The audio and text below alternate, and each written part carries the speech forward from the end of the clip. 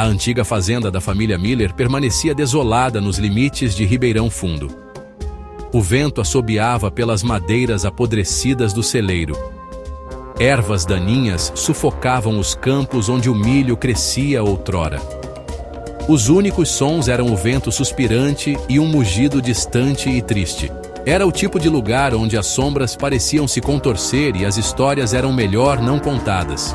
Mas algumas histórias se recusam a ser silenciadas. Esta é uma delas. Os moradores locais diriam para você evitar a antiga propriedade dos Miller, especialmente nas noites em que a lua cheia e pesada pairava no céu.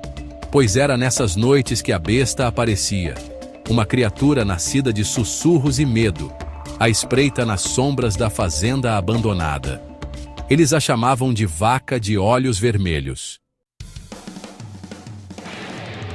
As histórias sempre começavam da mesma maneira. Uma escuridão entre as árvores, o som de cascos contra a terra seca, lento e deliberado. Então, o brilho. 2 olhos carmesim, queimando como brasas na noite, cortando a escuridão. Era sempre uma vaca, diziam. Uma grande Angus preta, seu pelo se misturando perfeitamente com as sombras. Mas nenhuma vaca comum tinha olhos que queimavam com tanta malevolência. Olhos que falavam de algo antigo e maligno, algo que não pertencia ao mundo dos vivos. A vaca de olhos vermelhos era mais do que apenas uma visão perturbadora. Aqueles que ousaram se aproximar muito, ou tiveram o azar de tropeçar nela na escuridão, falaram de sons não naturais. Não os mugidos ou berros usuais de um animal de fazenda. Estes eram diferentes, mais profundos, mais roucos, quase humanos.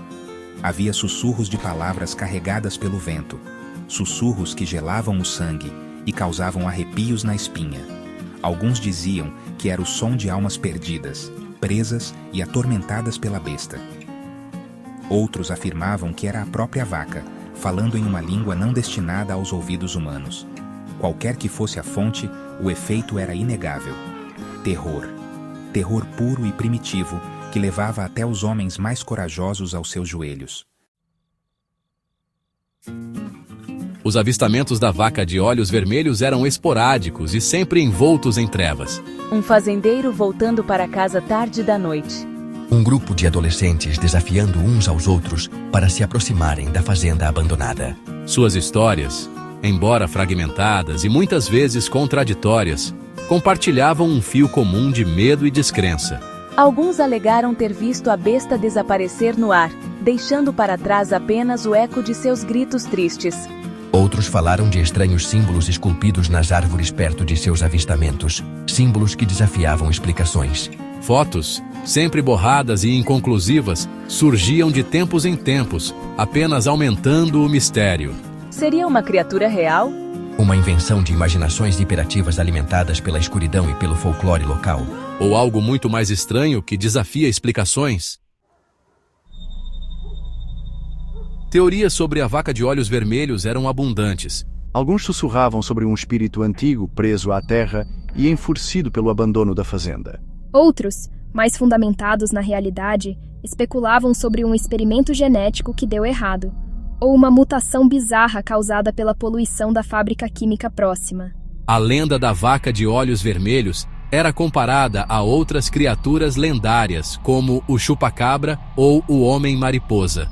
Criaturas que existiam à margem da crença, suas histórias passadas de geração em geração, uma mistura de folclore e medo. A vaca de olhos vermelhos de Ribeirão Fundo permaneceu um enigma. Uma história arrepiante sussurrada em volta de fogueiras e em conversas noturnas em padarias. A prova de sua existência permaneceu indefinida. Mas as histórias persistiam, alimentadas pelo medo e pelo desconhecido. Em que você acredita?